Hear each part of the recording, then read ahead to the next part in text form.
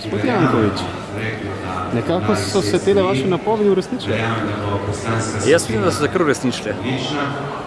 Ste bili pri Jasnovitki prej, na obisku pri Jasnovitki? Ali... Ne, jaz mislim, da sem čutil razpoloženje državljanov in državljank Republike Slovenije, ki jim je bilo dosti sprenevedanja v zadnjih 4 letih in so si želeli spremembe.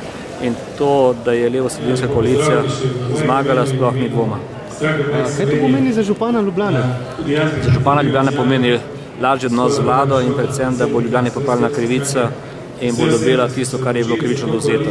Kdo bo premier na levici, če levica sestavi vlado? Vprašajte torej 2 predsednika in predsednico stranke.